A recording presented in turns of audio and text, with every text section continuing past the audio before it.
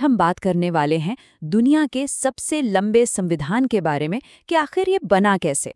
और देखिए, ये सिर्फ कोई कानूनों की किताब नहीं है, नहीं, ये तो एक दस्तावेज है उन जबरदस्त बहसों का, उन मतभेदों का और उन बड़े बड़े सपनों का जो एक बहुत ही तूफानी दौर में देखे गए थे।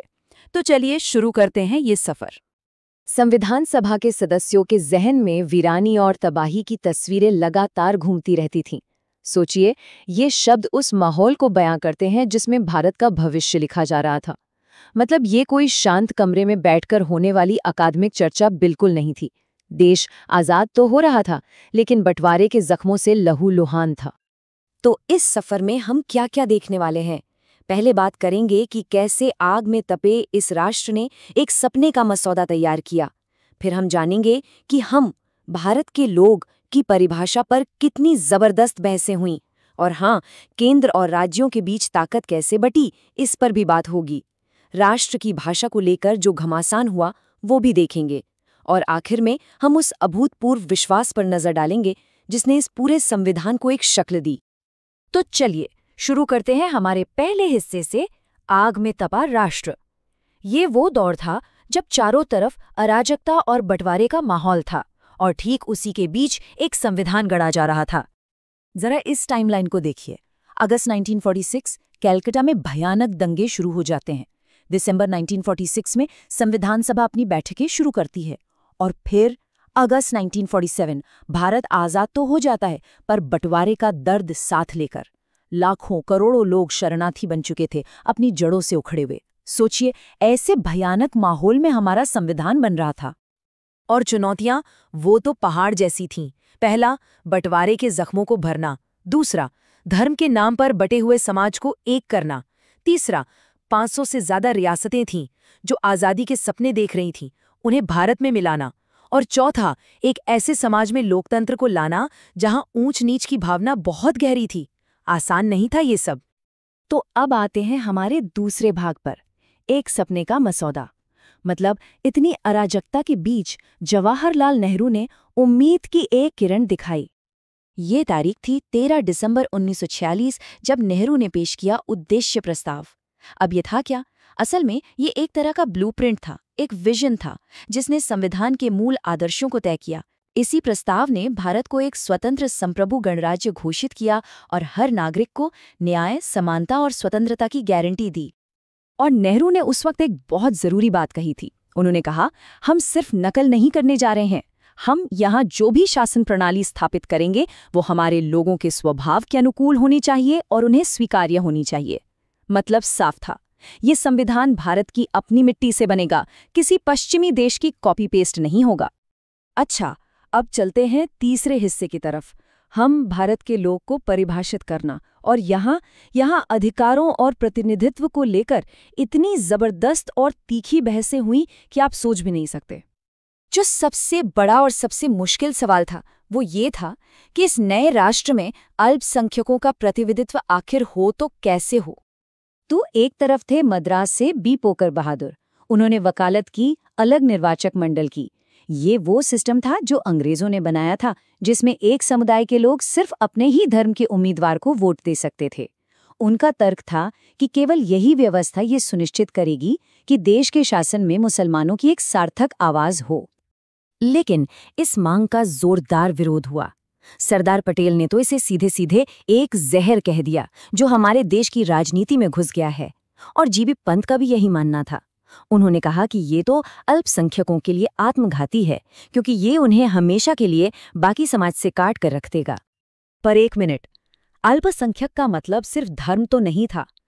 दलित वर्गों की आवाज उठाते हुए केजे खांडेकर ने जो कहा वो दिल दहला देने वाला था। उन्होंने कहा, हमें हजारों सालों से दबाया गया, इस हद तक दबाया गया कि न हमारा दिमाग, न हमारा शरीर और अब तो हमारा दिल भी काम नहीं करता और ना ही हम आगे बढ़ पा रहे हैं। तो आप समझ सकते हैं, उनकी लड़ाई सिर्फ राजनीतिक नहीं बल्कि सामाजिक अधिकारों की थी। चलिए अब आते हैं चौथे बड़े मुद्दे पर। पावर किसके पास होगी, केंद्र के पास या राज्यों के पास? एक मजबूत, एक भारत के लिए संघीय ढांचा कैसा हो, इस पर बहुत गंभीर बहस हुई। देखिए, बंटवारे की हिंसा ने सबको डरा दिया था, तो एक मजबूत सेंटर की जरूरत महसूस हो रही थी। बी.आर. अम्बेडकर ने तो साफ साफ कहा, आज हमें एक मजबूत सरकार चाहिए, एक मजबूत और एकजुट केंद्र, जो 1935 के भारत सरकार अधिनियम के तहत बनाए गए केंद्र से भी कहीं ज्यादा मजबूत हो। और इसका नतीजा ये निकला जो आप देख सकते हैं। पावर को 3 लिस्ट में बांट दिया गया। पहली यूनियन लिस्ट, मतलब रक्षा, विदेश मामले, ये सब सिर्फ सेंटर के हाथ में। दूसरी स्टेट लिस्ट, जिसमें पुलिस, खेतीबाड़ी जैसे मामले थे। और तीसरी कॉन्करेंट लिस्ट, जिस पर दोनों कानून बना सकते थे। लेकिन गौर करने वाली बात यह है कि ज्यादातर बड़े और जरूरी विषय वो सेंटर ने अपने पास ही रखे।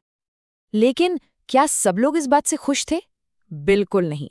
मद्रास के संथानम ने तो एक चेतावनी दी। उन्होंने कहा, मैं ऐसा कोई संविधान नहीं चाहता जिसमें राज्यों को केंद्र के पास जाकर कहना पड़े कि मैं अपने लोगों को पढ़ा नहीं सकता, मुझे भीख दे दो। अगर ऐसा हुआ तो कुछ ही सालों में सारे प्रांत केंद्र के खिलाफ विद्रोह कर देंगे। अब बात करते हैं 5वीं और शायद सबसे इमोशनल मुद्दे की, राष्ट्र की भाषा। इतने अलग अलग भाषाओं वाले देश को कौन सी एक भाषा जोड़ेगी? इस सवाल पर बहुत तीखी और जज्बाती बहसें हुईं। महात्मा गांधी का एक सपना था हिंदुस्तानी भाषा का। जैसा उन्होंने कहा था, ये हिंदुस्तानी ना तो भारी भरकम संस्कृत वाली हिंदी हो और ना ही फारसी वाली उर्दू, बल्कि दोनों का एक खुशनुमा मेल हो। सिर्फ हिंदी या सिर्फ उर्दू तक सिमट जाना तो एक तरह से देशभक्ति के खिलाफ ही होगा। पर हर कोई गांधी जी की तरह नहीं सोच रहा था। आर.वी. धुलेकर जैसे जो हिंदी के समर्थक थे, उनका रुख काफी आक्रामक था।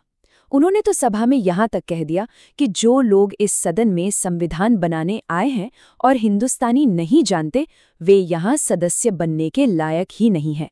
बेहतर होगा कि वो यहाँ से चले जाएं। अब जाहिर है, इस तरह के रवैये से जो गैर हिंदी भाषी इलाके थे, उनमें एक डर बैठ गया। मद्रास से जी. दुर्गाबाई ने इसी डर को आवाज दी। उन्होंने कहा कि गैर हिंदी भाषी लोगों को ये महसूस हो रहा है कि ये लड़ाई भारत की दूसरी ताकतवर भाषाओं को देश की मिली-जुली संस्कृति पर असर डालने से रोकने की लड़ाई है। और अब हम पहुंचते हैं अपने आखिरी हिस्से पर, एक अभूतपूर्व विश्वास। देखिए, इतनी बहसें हुई, इतने मतभेद हुए, लेकिन इसके बावजूद कुछ ऐसे क्रांतिकारी आइडियाज थे जिन पर सब लोग हैरान करने वाली आसानी से सहमत हो गए। जरा इस चार्ट को देखिए, ये एक क्रांतिकारी कदम था। 1935 के कानून के हिसाब से सिर्फ करीब 15% बड़े लोगों को ही वोट देने का हक था। लेकिन 1950 के संविधान ने एक झटके में, बिना किसी भेदभाव के, हर एक वयस्क भारतीय को ये अधिकार दे दिया। ये लोकतंत्र में एक ऐसा विश्वास था जो पहले कभी नहीं देखा गया था, खासकर तब जब पश्चिमी देशों में भी ये अधिकार सालों के संघर्ष के बाद धीरे धीरे मिला था। तो आखिर में ये सवाल बचता है कि 75 साल से भी पहले अधिकार, शक्ति और पहचान पर जो ये जबरदस्त बहसें हुई थी, वो आज भी हमारे देश को कैसे प्रभावित कर रही हैं? और क्या हम आज भी कहीं ना कहीं उन्हीं सवालों से नहीं जूझ रहे हैं? सोचने वाली बात है।